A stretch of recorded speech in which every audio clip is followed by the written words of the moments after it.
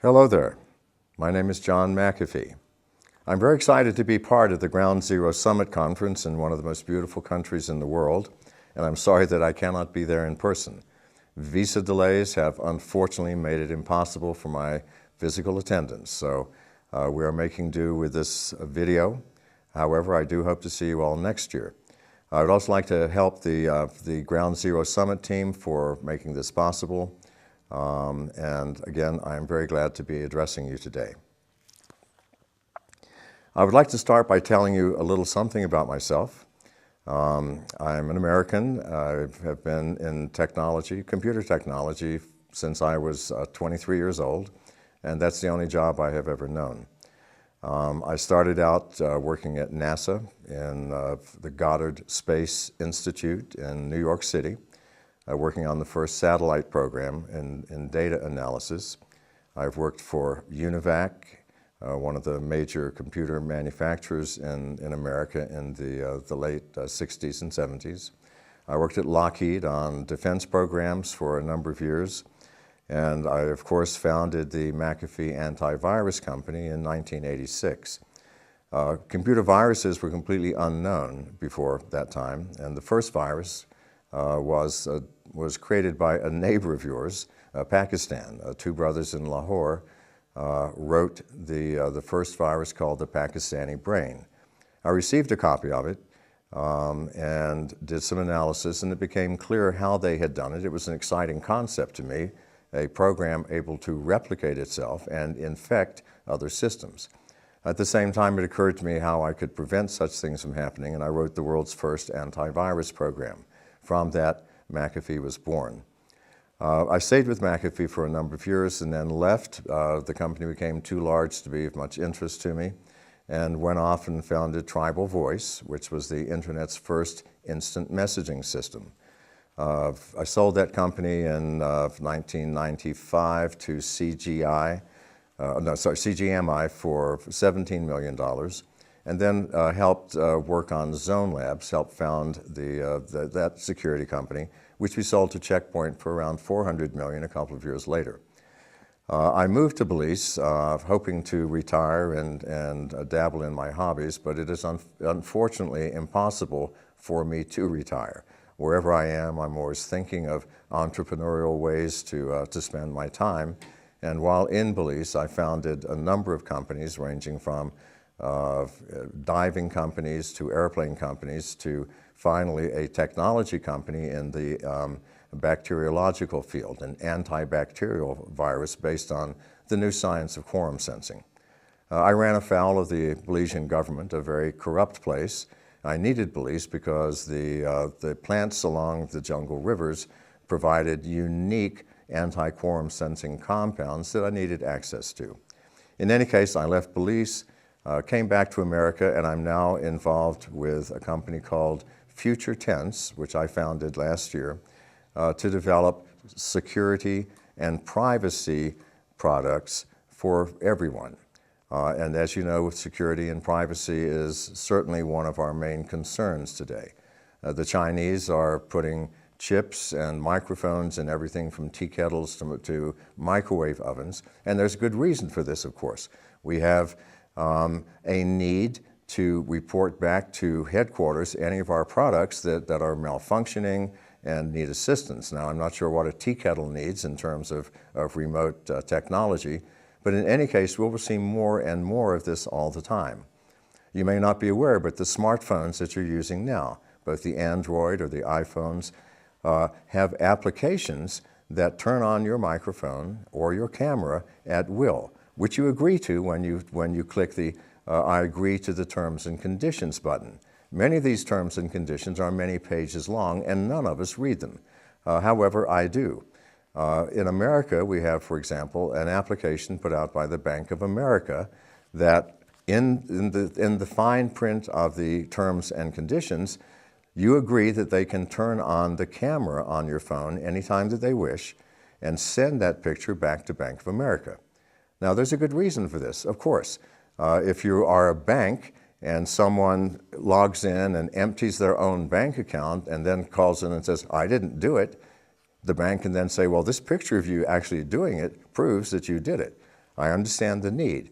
However, this is only one example of thousands of applications that you can agree to the terms and conditions that will turn on your microphone, turn on your camera, and give the ability to spy on every one of your moves, every place that you go, everything that you do. If your phone is turned on, people can listen. If you're facing the phone, they can see. This is something that few people are aware of, and this in the future is going to be our largest risk. Because even in a company like Bank of America, you give the bank the authorization. Well, what is the bank? An employee of the bank is a representative of the bank. And a company with 50,000 employees, well, you know, some are going to be bored, some are going to be greedy, some are going to be unethical.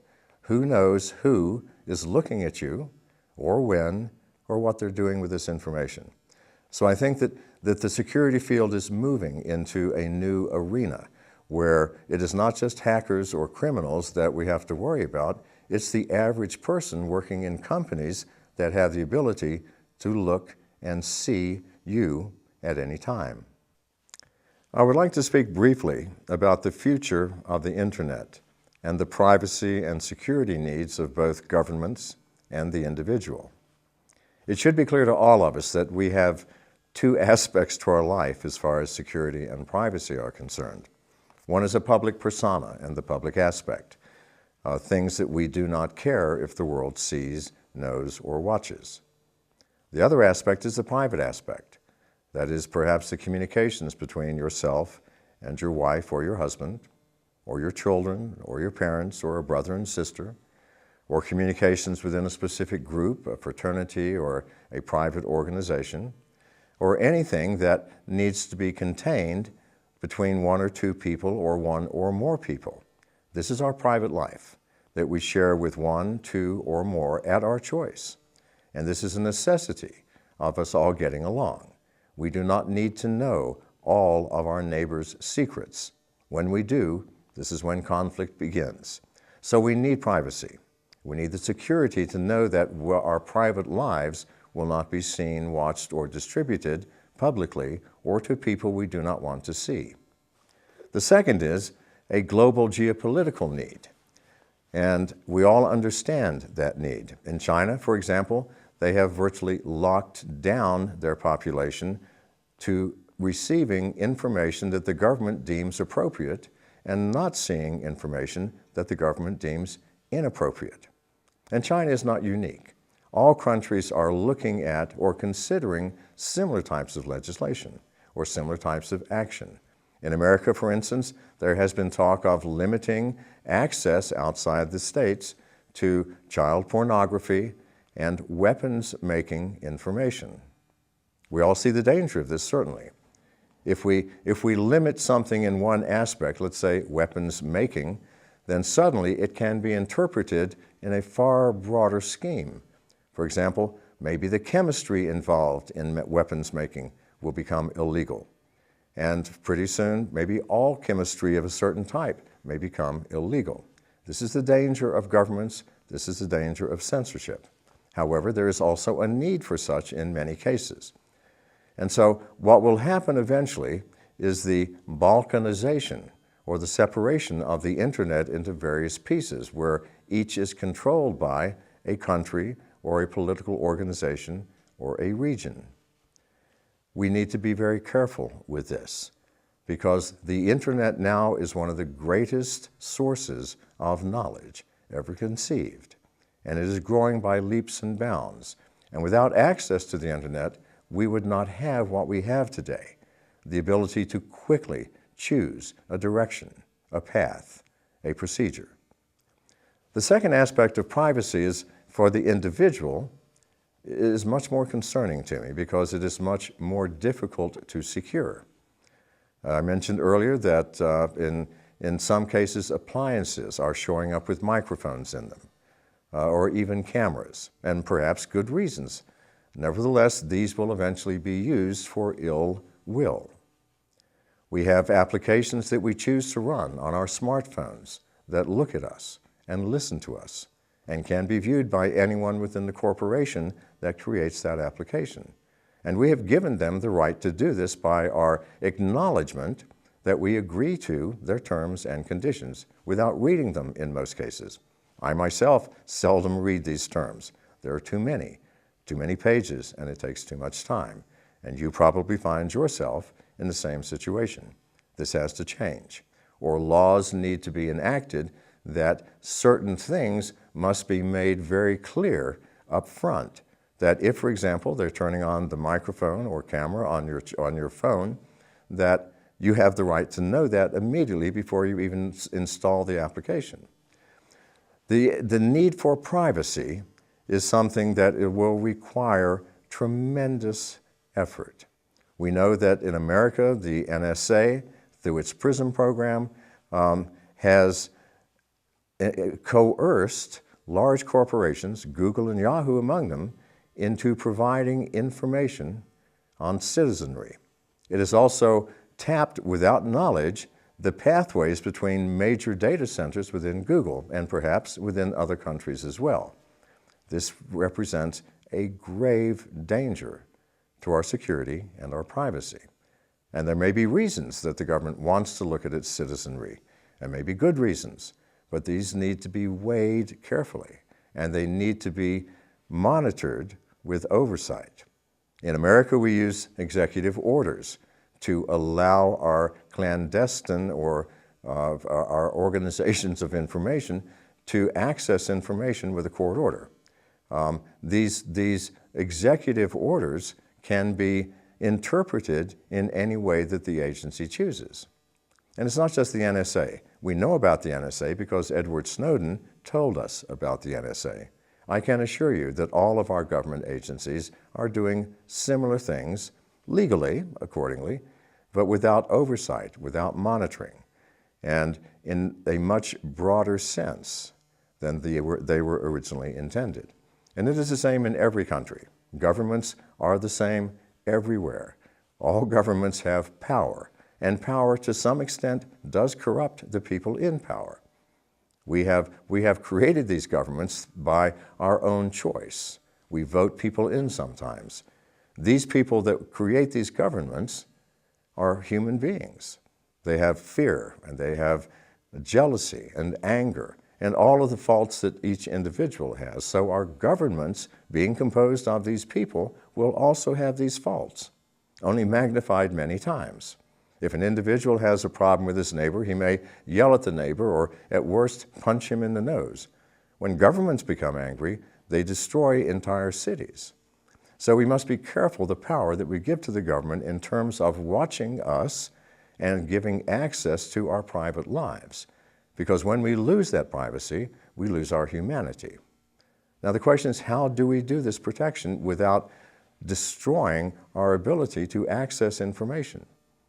I believe it is because, I believe that since we have two aspects to our lives, the public aspect and the private aspect, that the internet must also reflect these two aspects. Now the internet does not at this time. It is a free-form, flowing, uncontrollable morass of information, and it's wonderful and usable. But I've created a product called Decentral, using my new company, Future Tense, that takes another aspect of the internet that should have been there and creates private networks that are free-flowing and movable to provide the secure aspects of our lives, the private aspects. And I will talk more about this a little later. A number of you have submitted questions that you would like answers to, and I would like to address those now.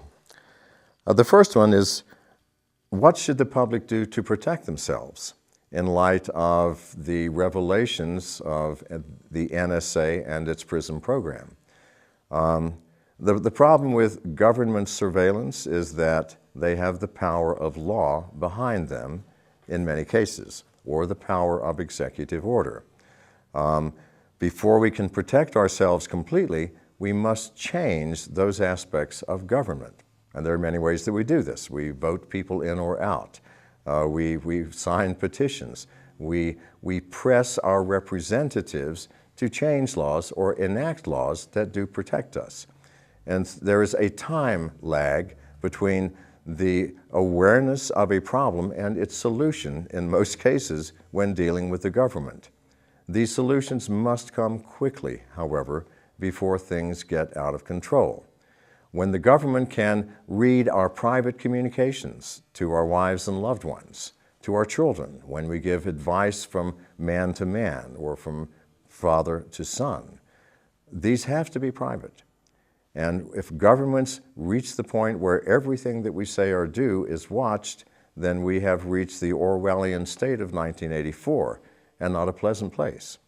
So the first is we must change laws and we must change government attitudes toward the collection of information on its citizens.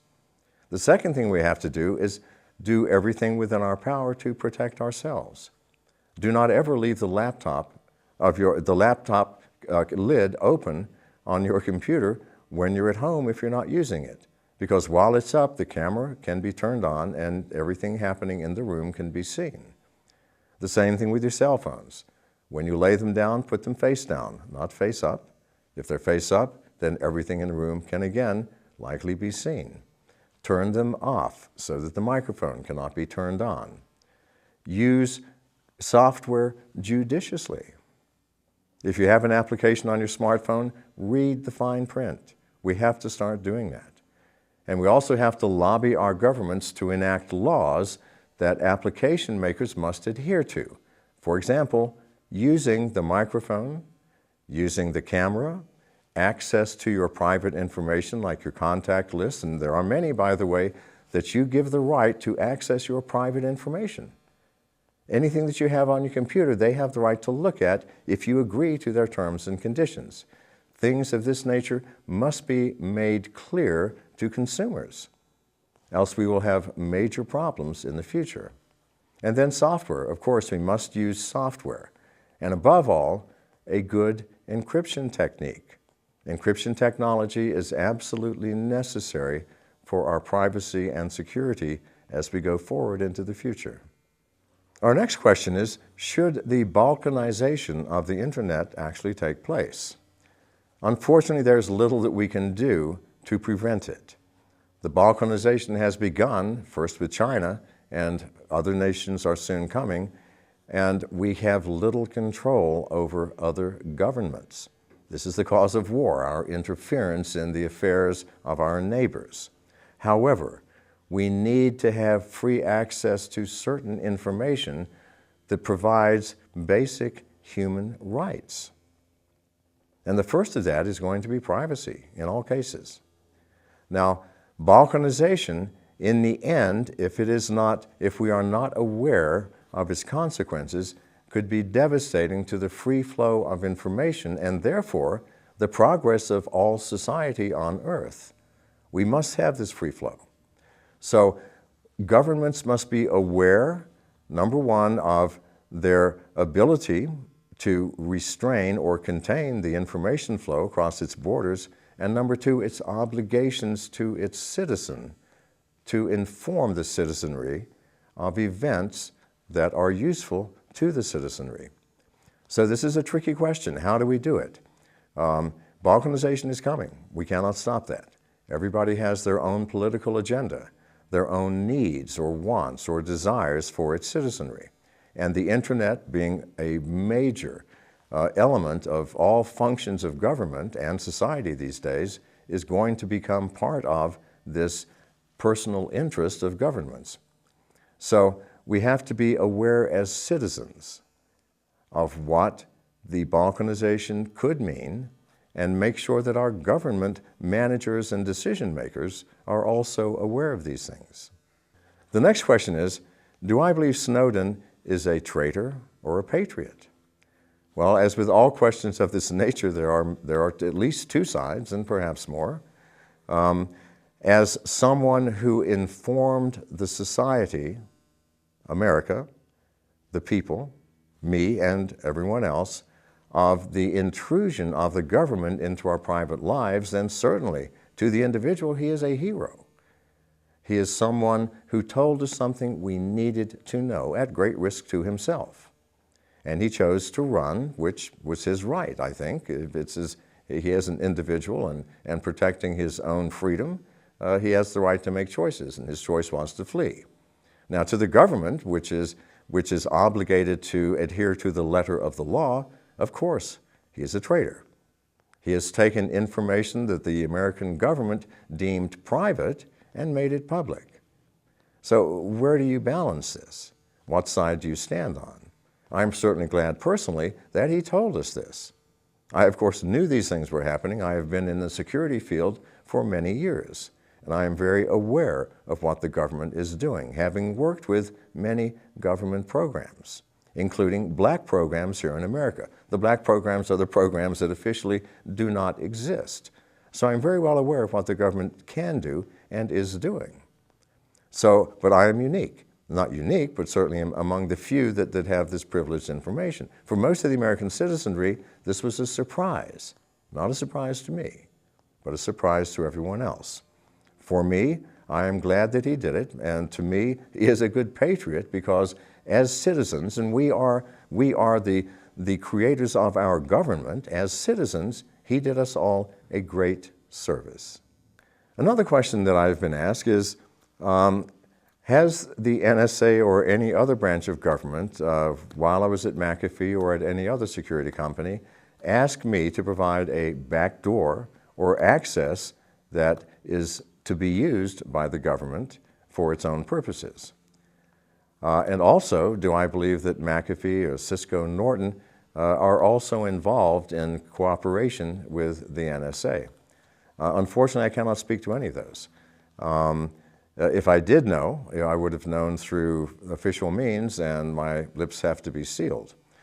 However, I will say that the government reach of all governments is far greater than the individual knows, and in America, much greater.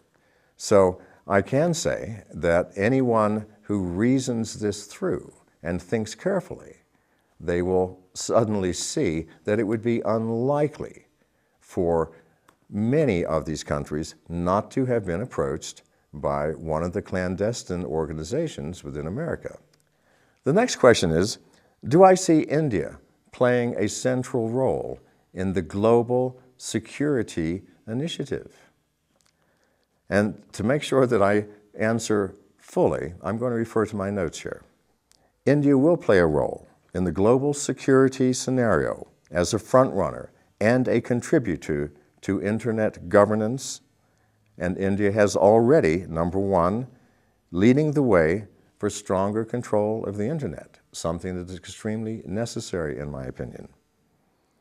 India is pushing the way for a centralized and unbiased group to implement governance of the internet. India is already a key global player in the global security scenario and as a member of the G20. And India had also chaired the Counterterrorism Initiative in 2012.